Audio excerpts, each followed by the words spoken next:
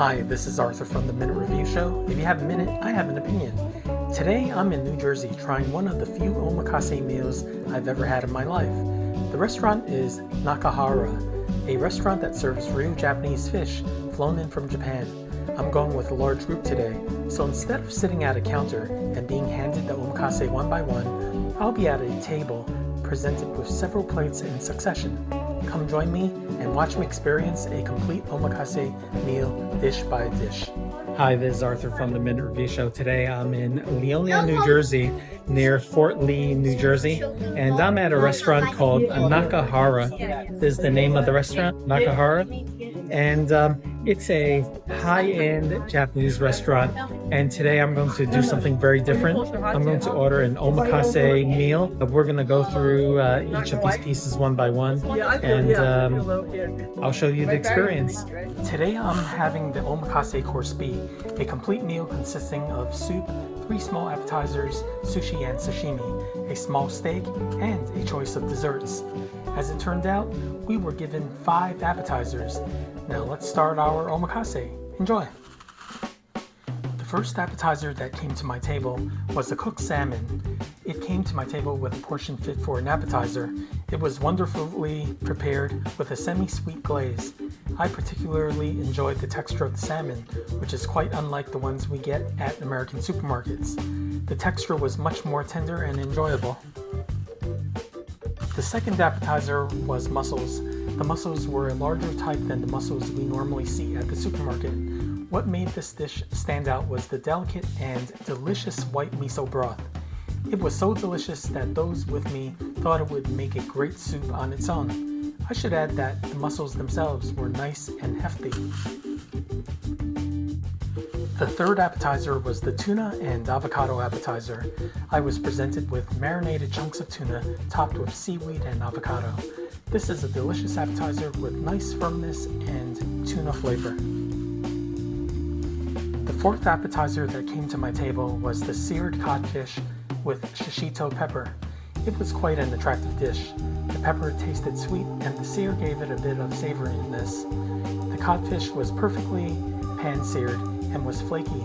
Its texture reminded me of Chilean sea bass.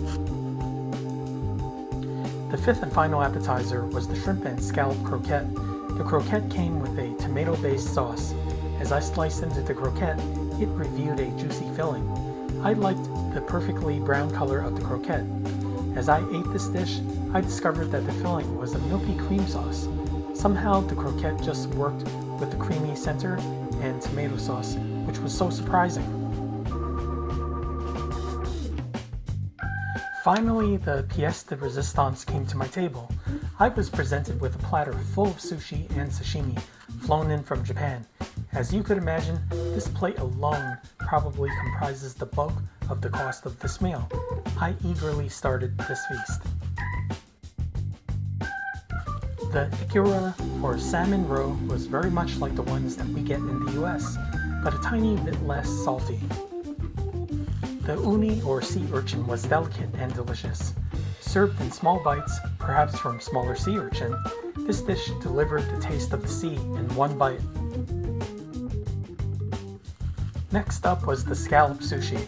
The mildly briny scallop paired well with the rice. It was nice to have some wasabi added under the scallop. Our sushi plate included a fried shrimp head.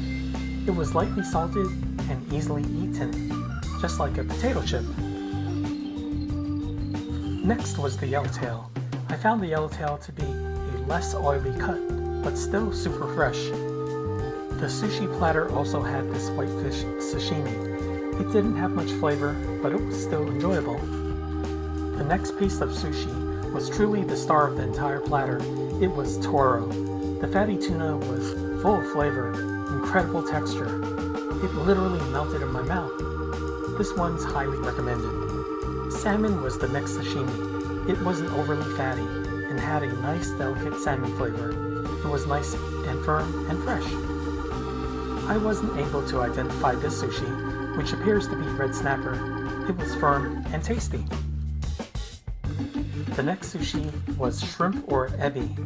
This was an amazing raw shrimp that has a wonderful, firm yet pasty chew. It was abundantly clear that it was super fresh. The platter is finished. What a meal. The next entree was steak. According to Omakase custom, the chef will generally present a series of plates, beginning with the lightest fare and proceeding to the heaviest dishes. I was presented with 3 strips of ribeye over a bed of mashed potatoes and topped with fried beets. The steak was done medium well. The final course of my omakase was dessert. Some of the choices included a green tea cake and a milfoil cake. Both were presented with a dollop of whipped cream. Both were subtly sweet and delicious. Some in my party didn't order the omakase. Here's a karaage fried chicken appetizer that was ordered. It had a mild ginger flavor and came cut in small bite-sized chunks. Here's the tonkatsu entree, which is a fried boneless pork loin cutlet. This cutlet was huge and came with rice, a side salad, sauce, pickles, soup, and a very delicious tofu dish. At the end of the meal, I can say that this meal met my expectations of a Japanese omakase meal. The key to this meal begins with the fish and ends with the fish. Sushi from Japan is delicate and sometimes understated, but it takes years of eating American-style sushi to appreciate the way it's served the Japanese way. So if you're in the mood to try sushi from Japan, Nakahara is surely a good place to start. Thanks for watching the Minute Review Show, and I'll see you soon.